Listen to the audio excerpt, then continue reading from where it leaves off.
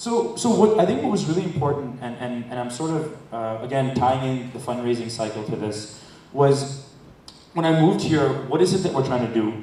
And what was really important was identifying the market, because identifying the market is what led me to actually move here.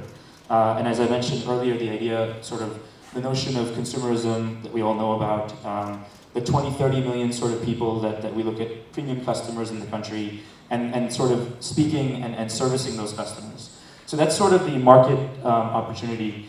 And what we need to do is see how we're going to test this. And for that, this sort of idea of fundraising comes about. So let me talk about that a little bit.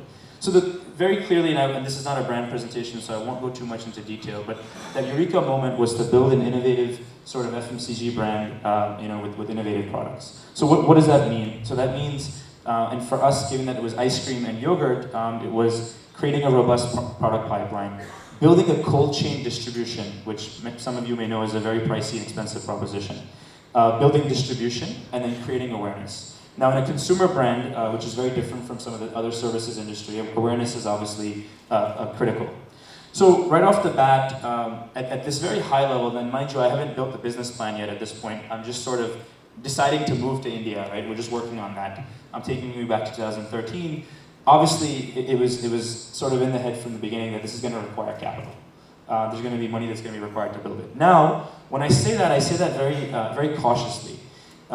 It doesn't mean that every business needs capital, but from my perspective, the idea was not to come to India and do the startup and spend 15 years building it, which we could easily continue to do without the capital. But the idea was to build something big, build something fast, and build something that we were passionate about, which was food and food products.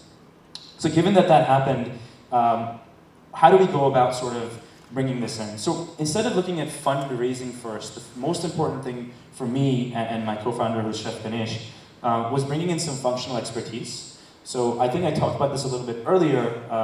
What are the areas within my organization or myself? At that time, we had a few parlors. We had a small little team, 7, 8 of us, that we needed to bring in expertise. So number one was sort of on the brand side. That was very important.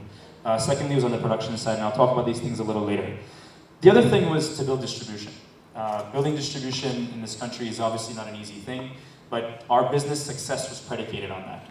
And obviously that was going to be another pricey proposition. Now we could have gone very slow, but that was something that I was aligned with when I moved here, that I wanted to achieve these goals in a short time frame.